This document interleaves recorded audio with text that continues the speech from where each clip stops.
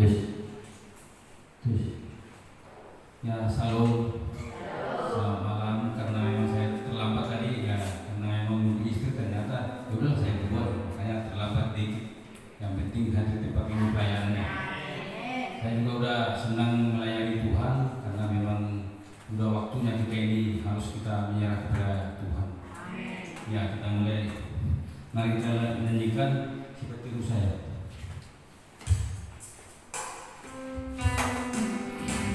Tuhan, terima kasih Tuhan, malam hari Tuhan kami datang Tuhan tempat ini Bapa, menyembah dan memuliakan Engkau Yesus. Berkati Tuhan kami tempat ini Bapa, walaupun saudara kami tidak dalam hari tempat ini, kami sudah semua dalam kamu.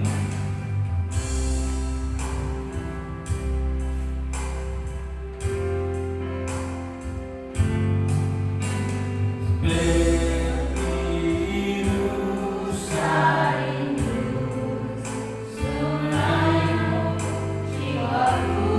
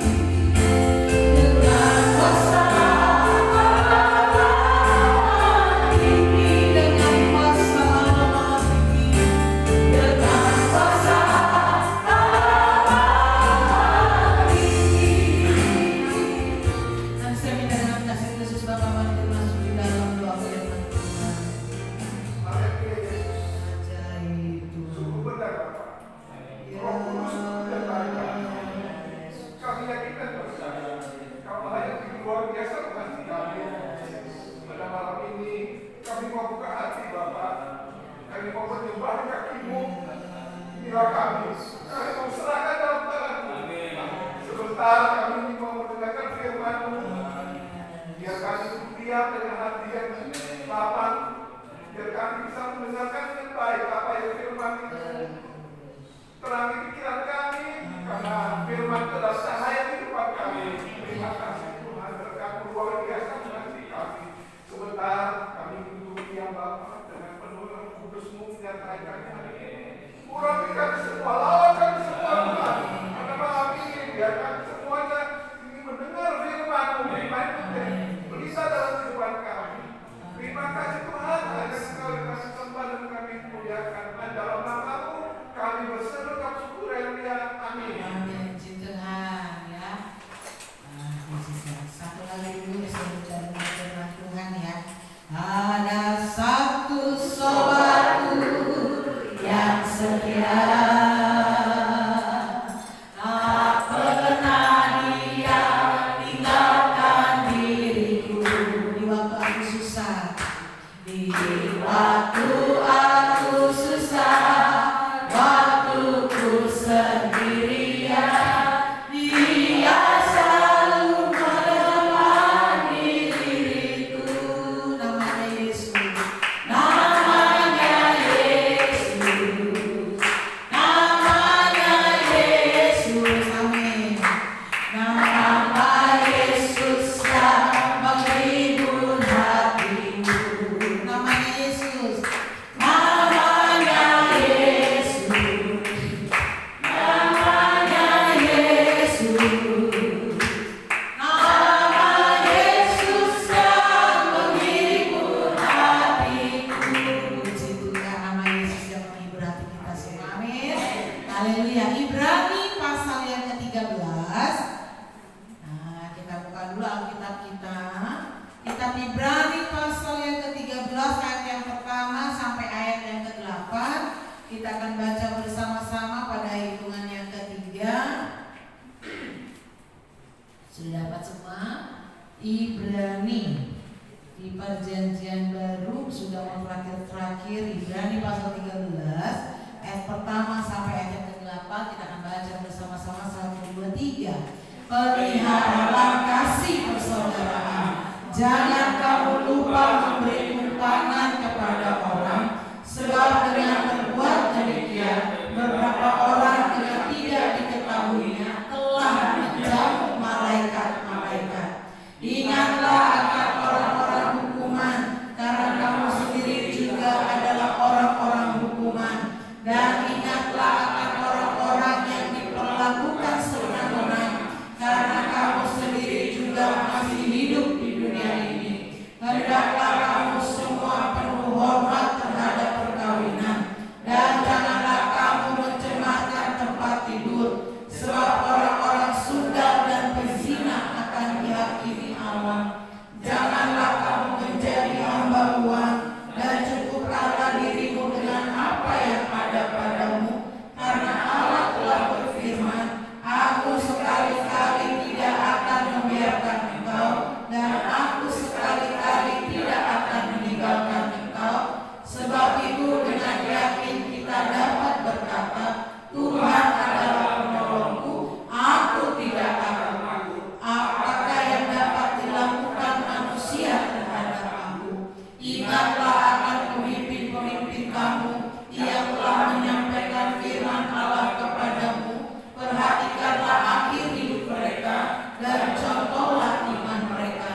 Yesus Kristus tetap sama, baik kemarin maupun hari ini dan sampai selama-lamanya. Amin. Juga saya harap saya punya waktu banyak untuk dapat memberikan sebuah kebenaran firman Tuhan bagi Bapak Ibu Saudara. Dalam perikop ini dikatakan nasihat dan doa selamat. Ini adalah Rasul Paulus yang menulis untuk orang-orang Ibrani, ya, dikatakan di sana ini kepada orang-orang Ibrani.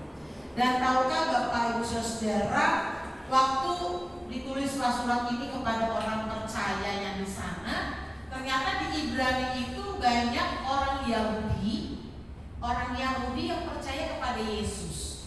Biasanya kalau orang Yahudi itu percayanya kepada hukum Taurat, ya, percaya kepada hukum Taurat, menunggu Mesias dan menolak Kristus. Jadi mereka ini adalah orang Yahudi itu adalah orang-orang yang menolak Yesus. Tetapi di dalam Ibrani pasal 13 ini adalah orang-orang yang percaya kepada Yesus. Nah, rupanya di sana itu terjadi masalah. Masalahnya apa? Mereka diperhadapkan dengan situasi yang sulit, persoalan, karena jadi orang percaya. Jadi orang yang percaya kepada Yesus Kristus. Nah, mereka menghadapi masalah seperti itu. Nah, ini adalah nasihat Paulus bagi mereka. Nah, nasihatnya yang pertama itu ada 5, sudah ada 4, saya catat di sini. Tapi dalam ayat yang pertama, ayat yang kedua dikatakan gini, peliharalah kasih persaudaraan.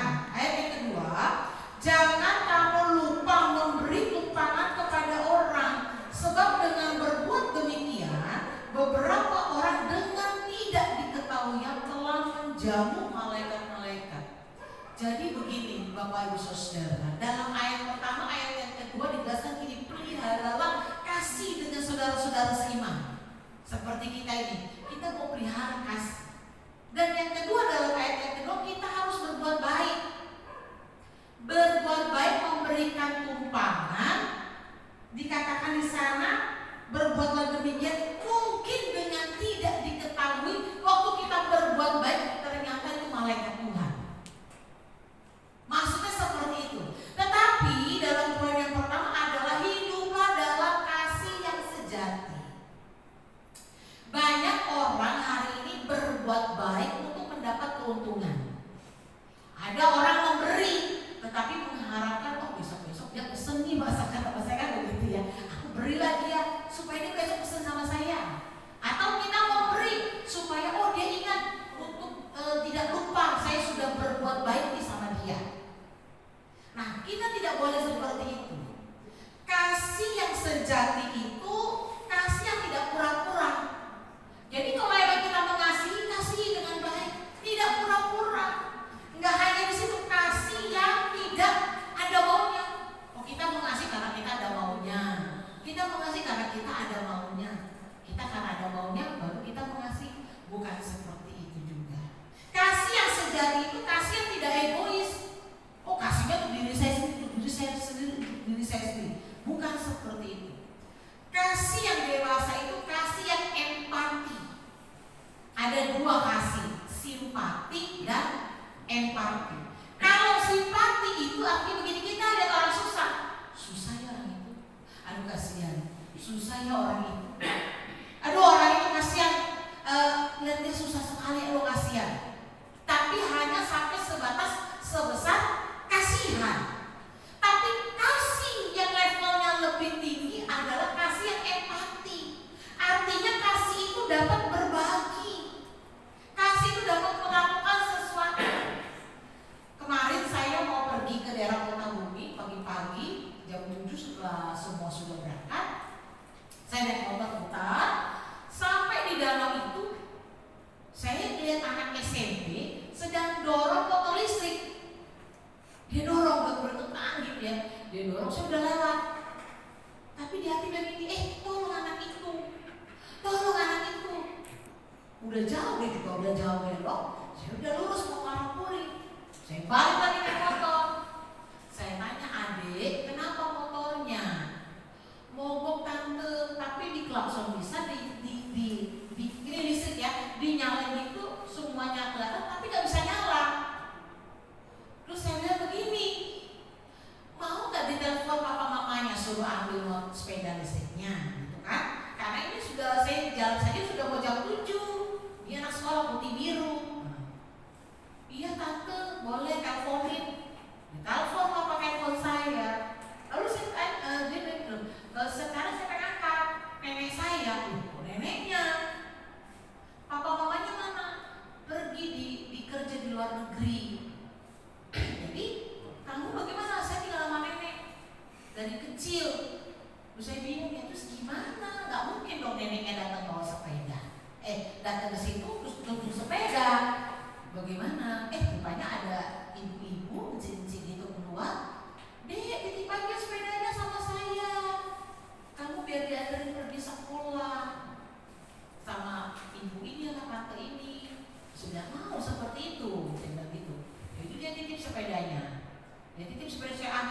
saya juga mau kebut karena sudah jam sekolah ulangan kan.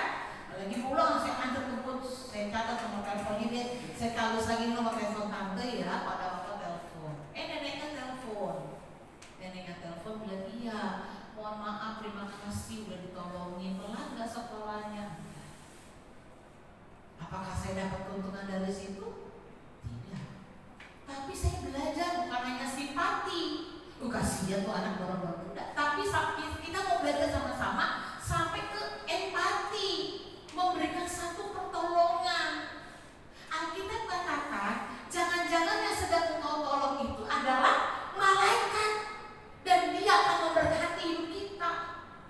Kadang-kadang kita nggak tahu. Kadang-kadang orang yang kita tolong dia bisa memberkati hidup kita. Walaupun kita nggak pernah mengharapkan orang itu menolong kita.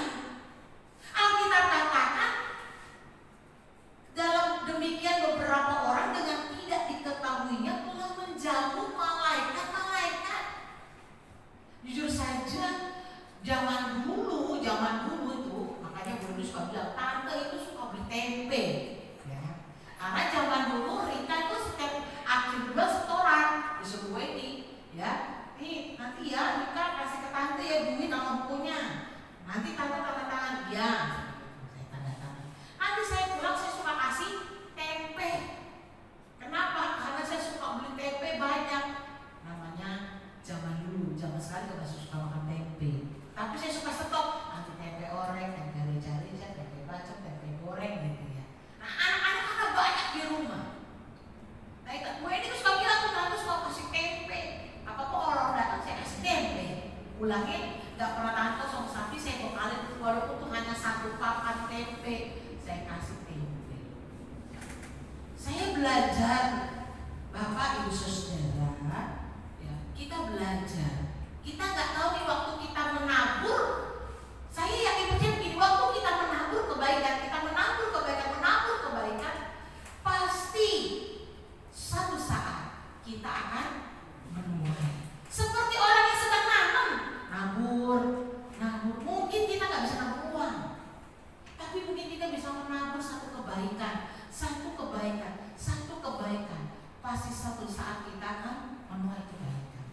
Satu saat, ini kan hari Minggu makan-makan adalah programnya dari Komisi Wanita. Nah, saya mau karena berbicara tentang kas lagi, kasih kosong ya. Saya mau stop di hari Minggu, kok rasanya hari ini bagaimana ya? Apalagi kemarin itu saya dan Pak ini di depan makan dibilang gini, tante ini siapa yang buat? Saya, enak loh tante. Wah, semakin semangat saya masaknya. Datang lagi anak sekolah minggu, tante, enak ini tante, besok bikin lagi ya. Haleluya saya. Iya.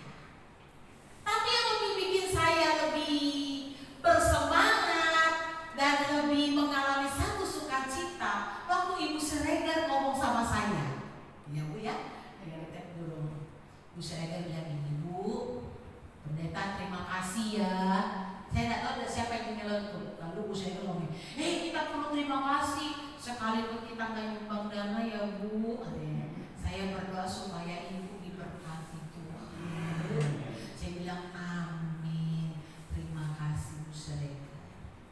Membuat saya semakin bersukacita.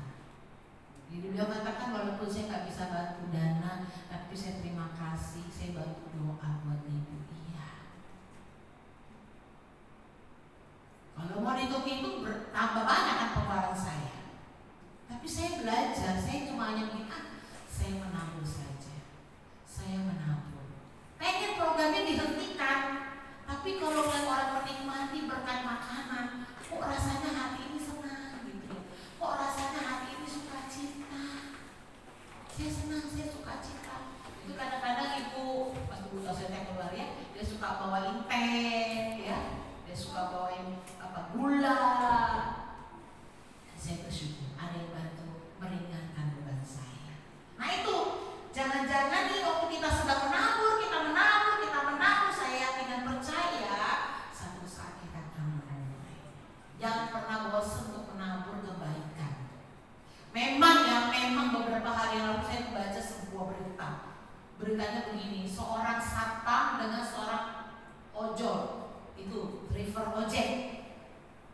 Rupanya yang punya rumah adalah yang punya Gojek, yang jadi tukang ojek. Yang satpam ini adalah orang yang menumpang karena teman dekat. Tetapi apa yang terjadi setelah menumpang 2 dan 3 hari, yang menumpang satpam ini punya niat jahat, sehingga tukang ojek itu dibunuh, diambil motornya, diambil harta bendanya. Memang kita diperhadapkan dengan situasi yang sulit. Kita nolong tapi kita malah dilukai. Tapi kita minta hikmat sama Tuhan, berdoa.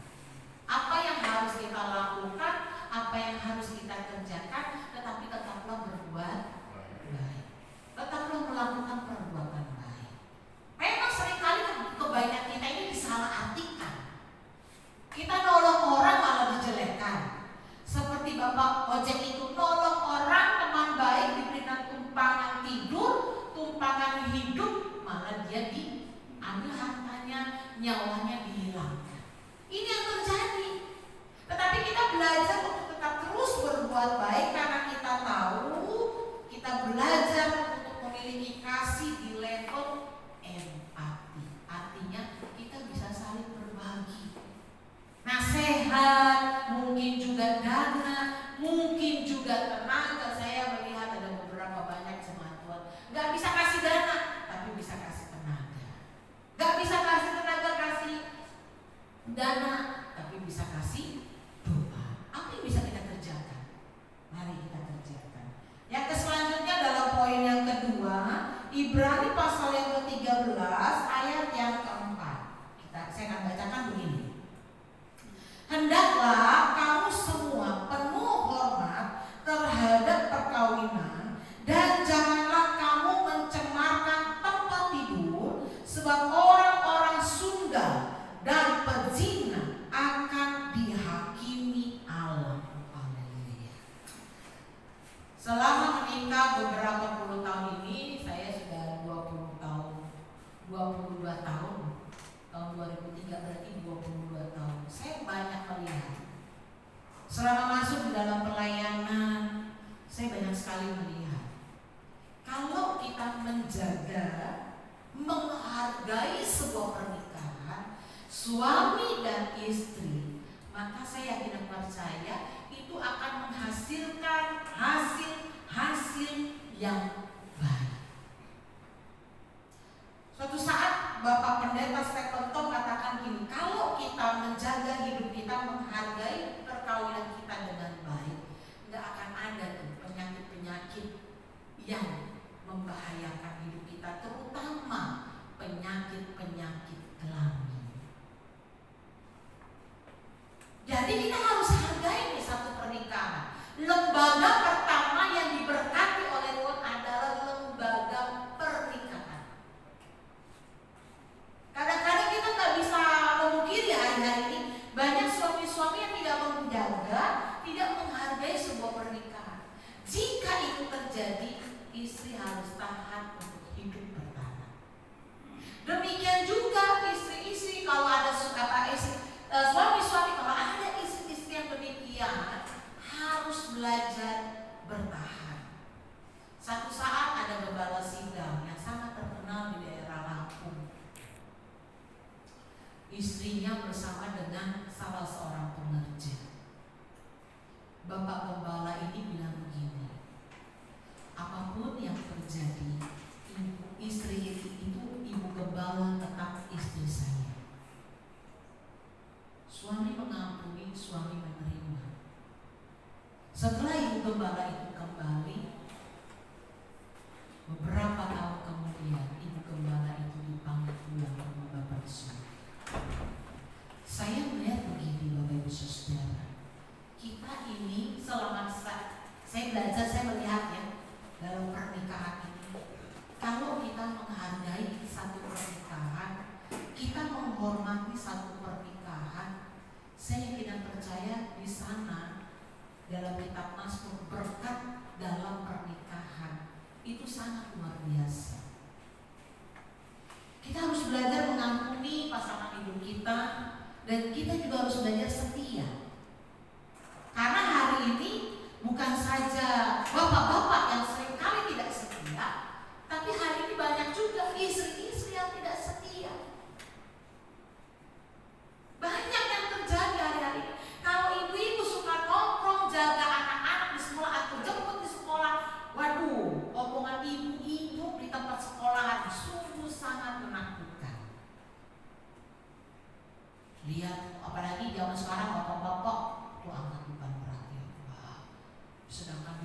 mungkin suaminya gemuknya nggak tahan, nggak ketulungan. Lihat orang lain kuat angkat beban berat. Sama juga bapak-bapak mungkin yang suka pergi olahraga, lihat istri-istri orang lain kok cantik-cantik, manis-manis, lalu istri lihat istri rumah gemuk, nggak pernah pakai bedak, nggak pernah pakai lipstick. Ingat baik-baik, tetaplah menjagai, menghormati sebuah pernikahan. Memang dalam pernikahan itu banyak masalah, banyak persoalan, sehingga mukjizat Yesus yang pertama itu terjadi di mana? Di Kana, di dalam perjamuan nikah. Waktu Yesus mengubah air menjadi anggur, itu adalah di pesta pernikahan. Di pesta pernikahan. Dan oleh sebab itu Tuhan itu sangat menghargai sebuah pernikahan. Jangan kita sudah nikah 10 tahun, 15 tahun, 20 tahun lalu tidak cocok. Kenapa nggak dari awal aja waktu pacaran? Kalau bahasanya saya udah mau mati baru bilang nggak cocok, itu bahasanya saya. Kemana aja dulu waktu masih muda kan begitu ya. Ini udah mau masuk yang kubur, bilang nggak cocok, heran saya. Minta pisah lagi. Aduh, kata orang dari Sumatera Utara, amang tahe, ada pusing. Kemana aja selama ini kan begitu. Kenapa udah melewati masa susah dari anak kecil, dari masih bayi tuh anak, dari udah mulai besar, udah mulai dewasa, udah punya cucu, baru bilang gak cocok, heran. Saya heran tuh mulai begitu ya. Harusnya kalau emang gak cocok dari awal, sebelum masuk dalam pernikahan. Makanya banyak saya selalu sarankan waktu mau menikah, buka mata lebar-lebar, buka kuping lebar-lebar. Setelah menikah tutup mata, tutup telinga, udah tutup. Hanya bisa berdoa kepada Tuhan. Ya harus hargai pernikahan ini.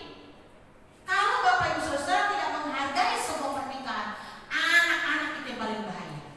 Anak-anak itu nanti akan juga tidak menghargai sebuah pernikahan. Itu kitab Mazmur baca. Kalau kita menghargai pernikahan, berkat itu akan mengalir dengan luar biasa. Berkat akan tercurah dengan ajaib. Dengan ajaib dan luar biasa. Oleh sebab itu pada saat malam hari ini kita belajar sama-sama. Sama kan, sama seperti yang Tuhan inginkan. Supaya kita belajar hendaknya hormat terhadap perkawinan dan jangan kamu mencemarkan tempat tidur. Kita harus ingat ini baik-baik. Godaan ini bukan hanya bagi orang tua, tapi anak-anak, orang-orang yang juga baru menikah. Godaan ini tidak hanya untuk orang-orang yang baru menikah, tetapi yang sudah tua pun seringkali bisa tergoda. Jadi kita harus banyak berdoa, mawas-mawas diri. Kalau ada waktu, gunakan kesempatan berdua, ya, berromantis, mungkin olahraga bersama, berngobrol bersama. Jangan handphone aja diliatin. Ada pasangannya lihat handphone, giliran handphonenya dimatiin, orangnya betul tidur. Pasangannya nggak diajak ngobrol, handphone diliatin. Lo nonton TikTok, liatin. Begitu dimatikan tidur. Pasangan hidupnya nggak diajak ngobrol, nggak diajak bicara. Kita perbaiki itu semua. Yang selanjutnya dalam ayat yang kelima sampai ayat yang ke-6 dikatakan demikian. Janganlah kamu menjadi hamba uang dan cukupkanlah dirimu dengan apa yang ada padamu, karena Allah telah berfirman, aku sekali-kali tidak akan membiarkan engkau dan aku sekali-kali tidak akan meninggalkan engkau. Ayat yang ke-6. Sebab itu dengan yakin kita dapat berkata, Tuhan adalah penolongku, aku tidak akan takut. Apakah yang dapat dilakukan manusia terhadap aku? Saya melihat begini dalam ayat 5 dan 6. Tuhan itu adalah Tuhan yang memberkati hidup saya dan hidup kita semua. Amin. Tuhan itu adalah Tuhan yang memberkati. Dan ketika kita mau diberkati, kita perlu bekerja, kan begitu ya? Kita perlu bekerja, mengusahakan. Tetapi masalahnya jangan sampai pada waktu kita bekerja, kita lupa nih untuk beribadah.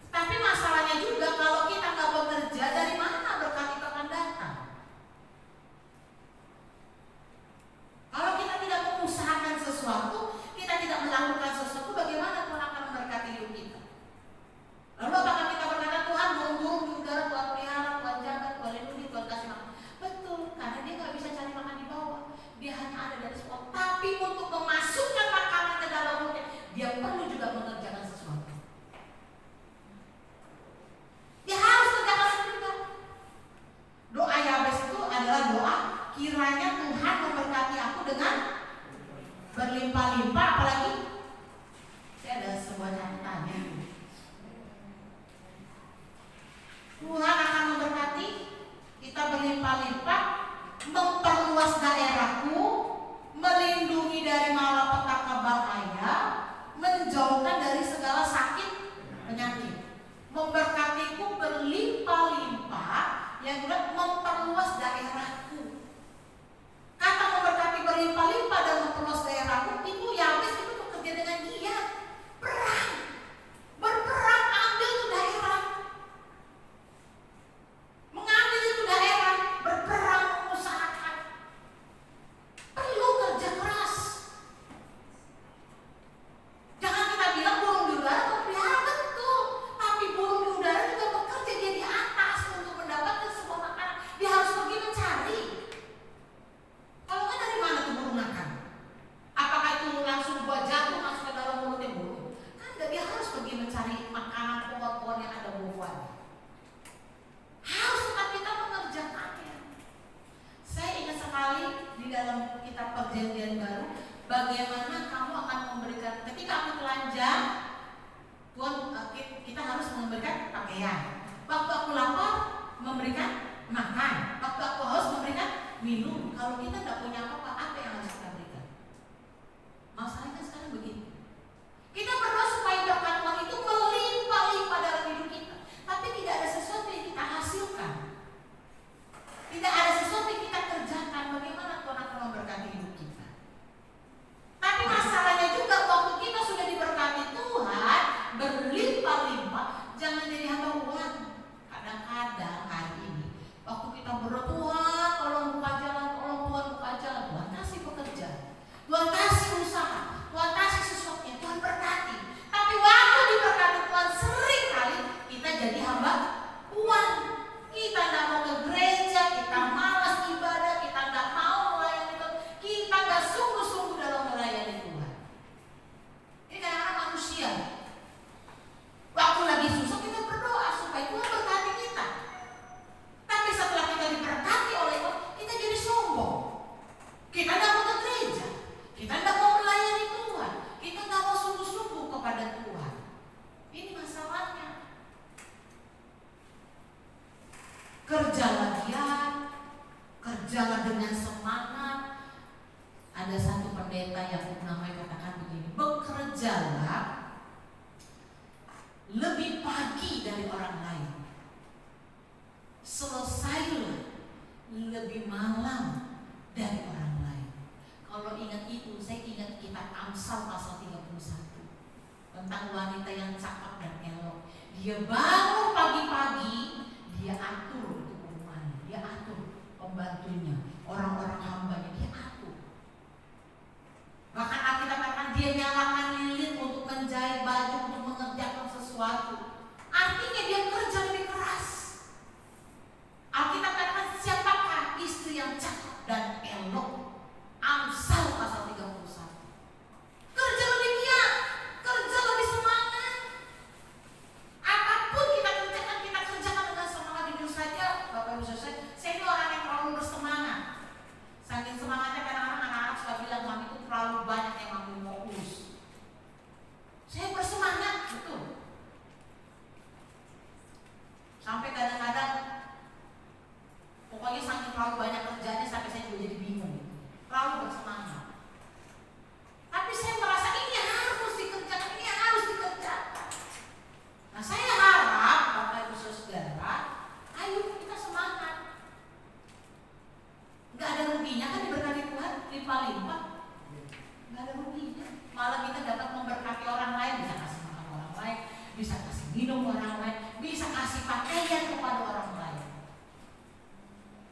Dan ingat Bapak Ibu Saudara, kalau engkau berdoa untuk diberkati Tuhan, dan ketika Tuhan sudah memberkati hidupmu, tetaplah semangat untuk menjadi hamba-hamba Tuhan. Amin.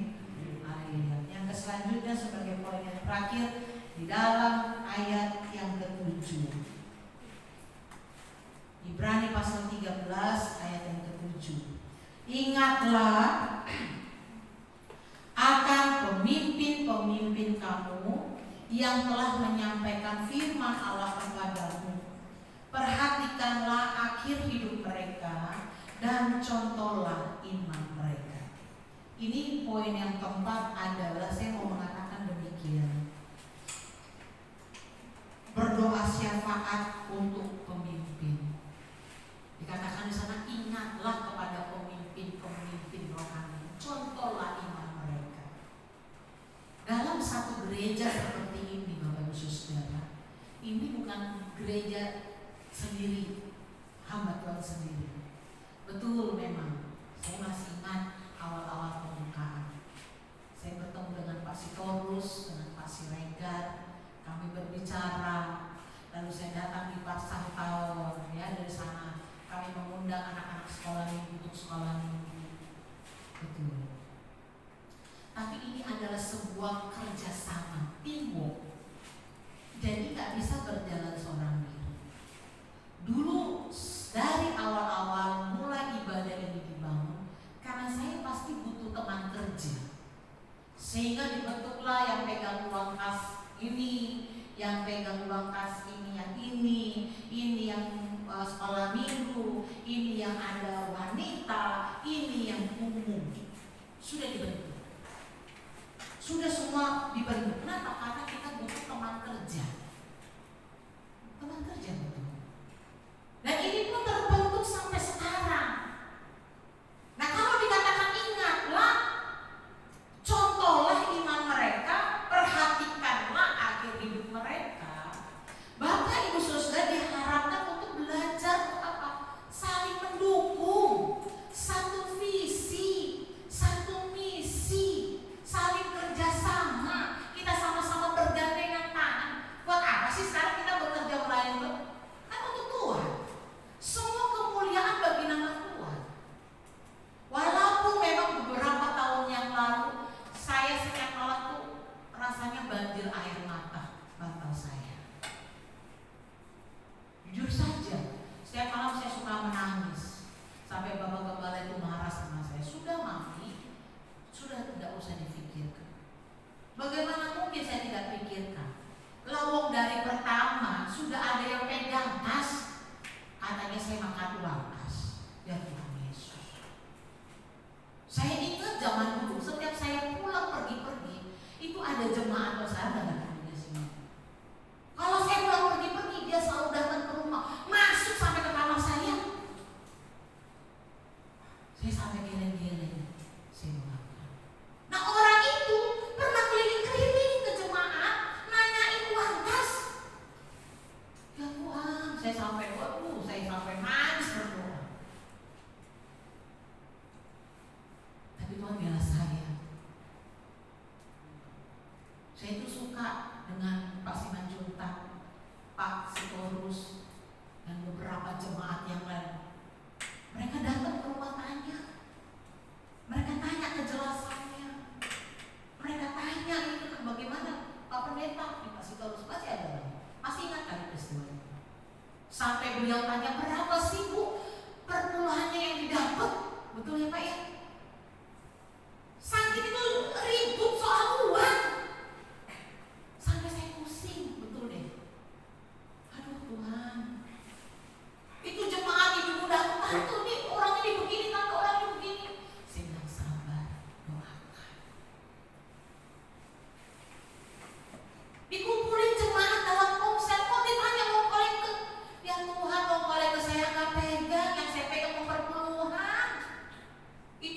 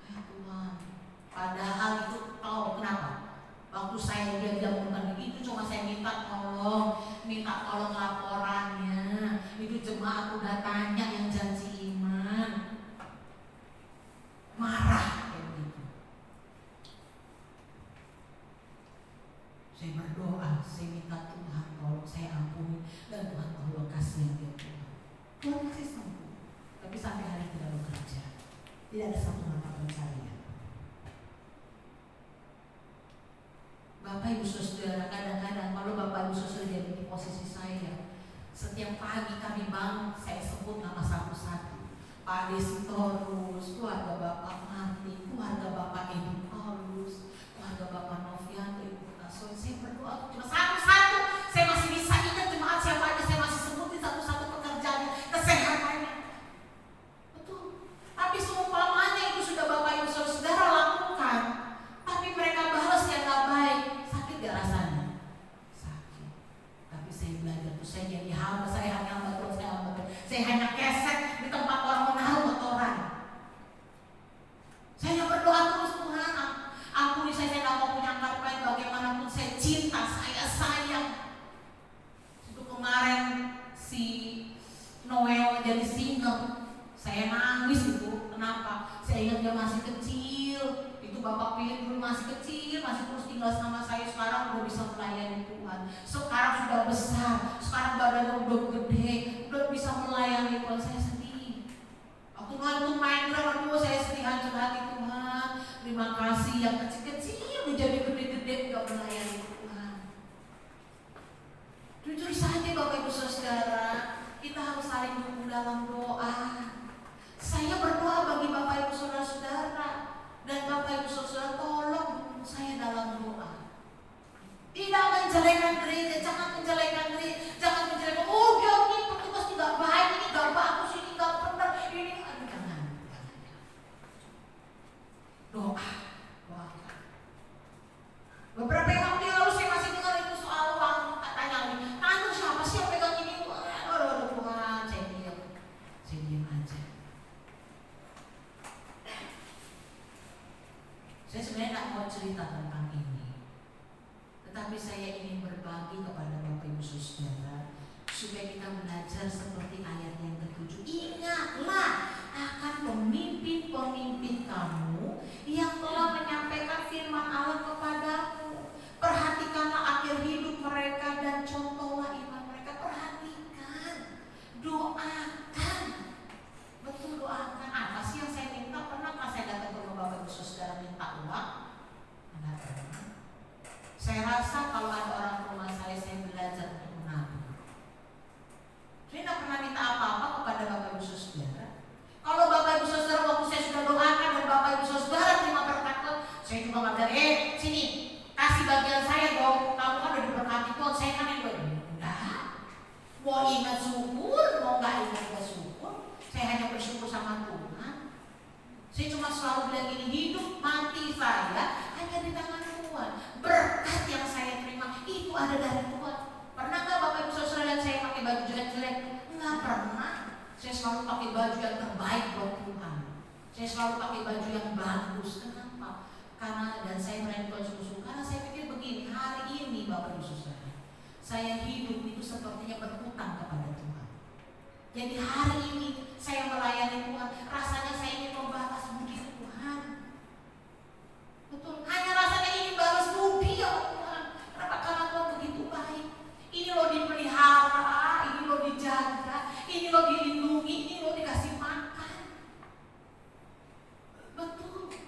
Hari ini saya itu hanya bilang, Tuhan saya hanya mengucap syukur. Hari ini saya hanya balas budi tentang kebaikan Tuhan. Kalau Bapak Ibu Saudara yang dari awal sama-sama dengan kami, yang tahu hidup kami, saya yakin yang penting kita sama-sama kok kita punya hutang sama Tuhan. Ya kan? Kita hanya perlu balas budi sama Tuhan hari ini. Membalas kebaikan Tuhan melayani dengan sungguh-sungguh. Karena kita ini hanya hidup ini hanya kebaikan Tuhan, hanya anugerah.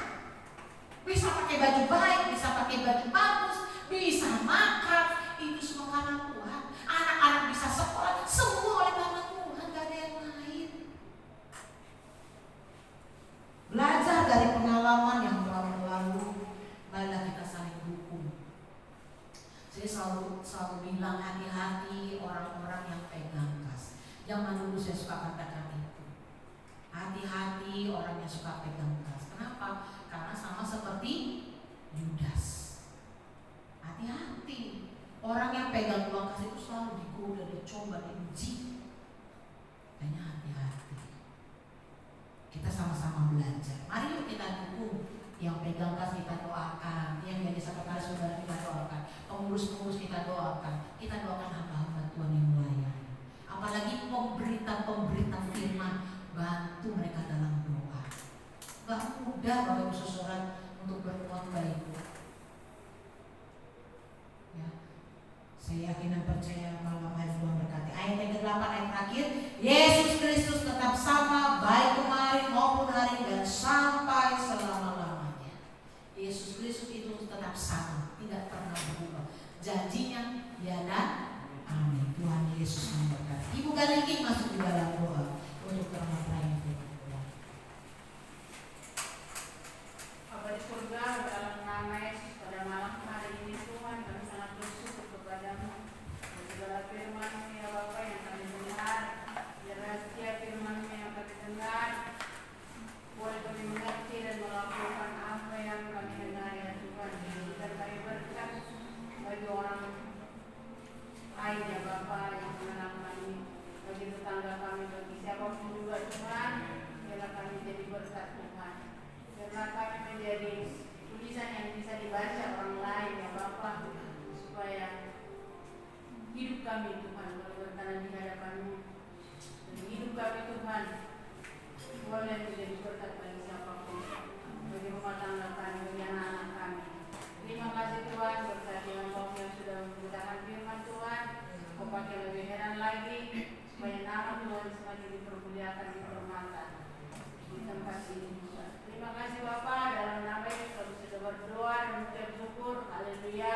Amin.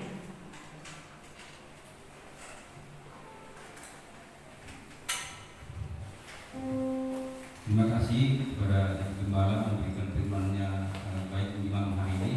Kami juga sangat belajar ya, karena memang ya baru-baru ini tahun-tahun ini kan kita udah termasuk berumur. Saya juga selalu tiap pagi mendoakan hamba-hamba Tuhan di sini. Setiap saya bangun, saya sudah mulai belajar untuk dalam hati taat dengan Tuhan.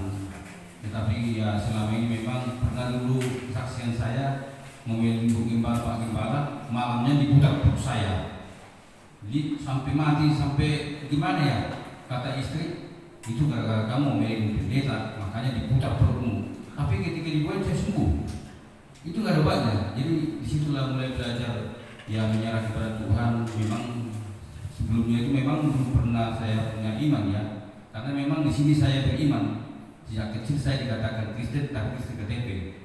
Nah, jadi ketika Pak Gembala kami datang tempat ini, saya sudah dikuatkan dengan iman sampai hari ini juga. Bagi saya sudah mulai membaca firman Tuhan, tapi masih bilangan. Selama ini saya buka, jadi nggak ada arahnya. Saya pikir mana arahnya untuk saya baca. Nah, sekarang mulai dari Kejadian sampai bilangan baru ini. Jadi setiap pagi saya membaca Alkitab, setiap bangun baru saya mendoakan semua jemaat kita. Karena di sini bisa kita berkumpul, yang sakit juga disembuhkan. Itu sudah saya mulai belajar untuk taat kepada Tuhan. Ya, terima kasih yang malam hari ini yang bertugas untuk memberikan persembahan.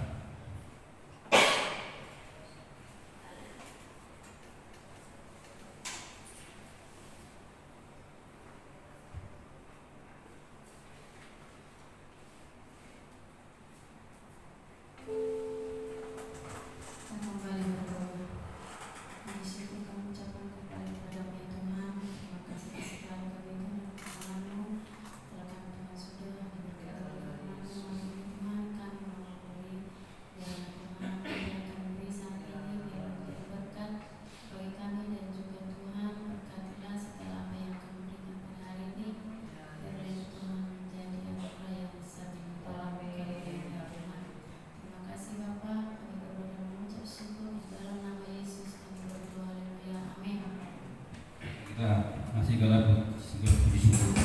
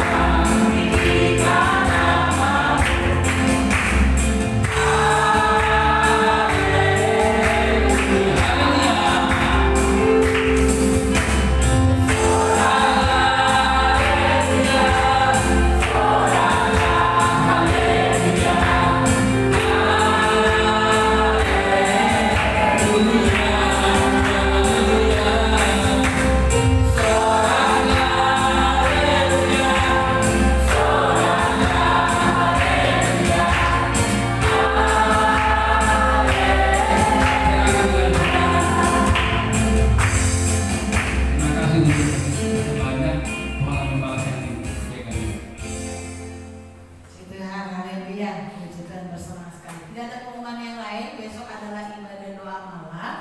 Mari kita sama-sama datang, kita berdoa. Lalu hari Sabtu ibadah pasutri, ya. Dan juga hari Minggu bapak-bapak mau menyanyi. Nah, lu nyanyi yang gampang-gampang aja, udah mulai penting bapak-bapak nyanyi, ya. Pak Wiken. Ketik dulu. Maksudnya kan supaya bisa ini loh, kita ternyata kemarin dari saya kumpulkan nomor-nomornya belum dibuat. Oh, belum dibuatkan. Lagunya apa? Nah, juga makanya kan di situ maksud saya kan kemarin saya bilang bapak, kalau bisa kita gimana kalau kita mengumpul hari Jumat, karena pada saat hari Jumat di sini kita bisa mau podcast, mau bikin lagu suara berapa, ngumpul di sini gitu loh. Oh, kalau gitu bedanya jangan hari Jumat, hari Sabtu aja Pak Sutri. Jadi ada pemain musik, ada semuanya komplit. Ya, hari Sabtu kita latihan ya. Kalau Sabtu ini kalau Ada arisan. banyak kegiatan contoh kaum bapak apa yang Pak Sutri. habis itu kan masuk lagi anak-anak lagi jadi Oh. ibaratnya suasana tenang gitu. Iya, Tapi iya. kalau memang kan nggak kegiatan kita Ini ya, sementara karena waktu sudah mepet, cari lagunya yang gampang, segala puji syukur juga boleh, yang sama-sama. Nanti baru dibuatkan lagi, karena udah mepet. Ya, ya, sip, oke, mantap, semangat terus bapak-bapak ya. Jadi hari Minggu kita putuskan aja nyanyi lagu segala puji syukur 2 kali ya Pak. Joget boleh Pak. Haleluya, kita juga joget ya. Haleluya, segala puji syukur. Nanti latihan hari Sabtu ibadah Pak Sutri, kita sama-sama latihan ya. Tuhan Yesus memberkati. Saya langsung bangkit berdiri. Kita akan masuk dalam doa. Tuhan, kami sungguh bersyukur. Yesus Tuhan tetap sama dulu, sekarang, dan sampai selama-lamanya. Terima kasih Tuhan untuk nasihat yang Tuhan berikan bagi kami semua. Biarlah kami belajar untuk mempunyai kasih, hidup dalam kasih sejati. Kami belajar untuk menghargai pernikahan kami. Kami belajar untuk bersemangat Tuhan, mencari berkat yang Tuhan berikan atas hidup kami. Dan bahkan ketika Tuhan sudah memberkati hidup kami, biarlah kami bukan menjadi hamba uang, tetapi menjadi hamba-Nya Tuhan, hamba yang diberkati oleh Tuhan. Dan ajar kami Tuhan untuk menopang hamba-hamba Tuhan dalam doa. Dan biarlah hidup kami diberkati oleh Tuhan. Berkati usaha, berkati pekerjaan, berkati rumah tangga, berkati kesehatan, yang sekolah, yang kuliah. Kami percaya berkat-berkat Tuhan menyertai hidup kami. Yang sedang mengalami kelemahan tubuh, kami bersatu hati Tuhan jamah sembuhkan dalam nama Yesus. Tuhan sembuhkan dengan kuat kuasa darah Tuhan. Yang mencari pekerjaan, yang hendak membuka usaha baru, Tuhan yang memberkati. Kami sementara akan berpisah satu dengan yang lain. Tuhan jagai, Tuhan lindungi kami, Tuhan bungkus kami dengan kuat kuasa darah Tuhan. Hingga esok hari kami kembali memuji, mempermuliakan nama